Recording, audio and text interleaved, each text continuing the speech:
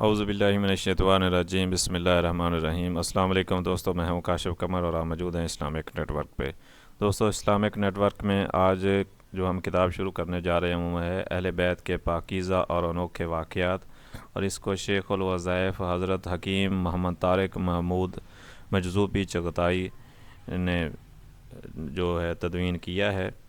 تو اس میں پہلا جو واقعہ ہے وہ حضرت علی کرم اللہ وجہہ کا ایک قبر پر گزر ہے۔ حضرت کمیل رضی اللہ تعالیٰ عنہ فرماتے ہیں کہ میں حضرت علی کرم اللہ وجہہ کے ساتھ ایک مرتبہ جا رہا تھا۔ وہ جنگل میں پہنچے، پھر ایک مقبرہ کی طرف متوجہ ہوئے اور فرمایا، اے مقبرہ والو، اے بوسیدگی والو، اے وحشت اور تنہائی والو، کیا خبر ہے، کیا حال ہے؟ پھر ارشاد فرمایا کہ ہماری خبر تو یہ ہے کہ تمہارے بعد اموال تقسیم ہو گئے، اولادیں یتیم ہوگی، بیویوں نے دوسرے خاوند کر لیے، یہ تو ہماری خبر ہے، کچھ اپنی تو کہو۔ اس کے بعد میری طرف متوجہ ہو کر فرمایا، کمیل، اگر ان لوگوں کو بولنے کی اجازت ہوتی تو یہ بول سکتے۔ تو یہ لوگ جواب میں کہتے کہ بہترین توشہ تقویٰ ہے، اور یہ فرمایا اور پھر رونے لگے اور فرمایا، اے کمیل، قبر عمل کا صندوق ہے اور موت کے وقت بات معلوم ہو جاتی ہے، یعنی آدمی جو کچھ اچھا یا برا کام کرتا ہے وہ اس کی قبر میں محفوظ رہتا ہے، جیسا کہ صندوق میں متعدد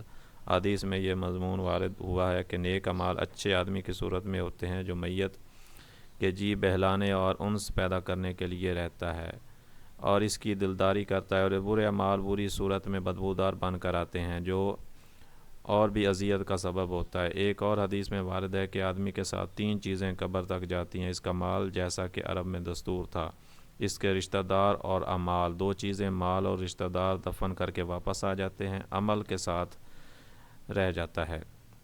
حضور اقدس صلی اللہ علیہ وسلم نے ایک مرتبہ صحابہ کرام رضی اللہ تعالیٰ عنہم سے ارشاد فرمایا، تمہیں معلوم ہے کہ تمہاری مثال اور تمہارے اہل و عیال اور مال و اعمال کی مثال کیا ہے؟ صحابہ کرام نے عرض کیا، دریافت فرمانے پر رسول اللہ صلی اللہ علیہ وسلم نے فرمایا، اس کی مثال ایسی ہے جیسے ایک شخص کے 3 بھائی ہوں اور وہ مرنے لگے، اس وقت ایک بھائی کو بلائے اور وہ پوچھے کہ بھائی، تجھے میرا حال معلوم ہے کہ مجھ پر کیا گزر رہی ہے، اس وقت تو میری کیا مدد کرے گا؟ وہ جواب دیتا ہے کہ تیری تیمارداری کروں گا، علاج کروں گا، ہر قسم کی خدمت کروں گا، اور جب تو مر جائے گا تو نہلاؤں گا، کفن پہناؤں گا اور کندھے پر اٹھا کر لے جاؤں گا، اور دفن کے بعد تیرا ذکر خیر کروں گا۔ حضور صلی اللہ علیہ وسلم نے فرمایا، یہ بھائی تو اہل و عیال ہیں۔ پھر وہ دوسرے بھائی سے یہی سوال کرتا ہے، وہ کہتا ہے، میرا تیرا واسطہ زندگی کا ہے، جب تو مر جائے گا تو میں دوسری جگہ چلا جاؤں گا، بھائی مال ہے۔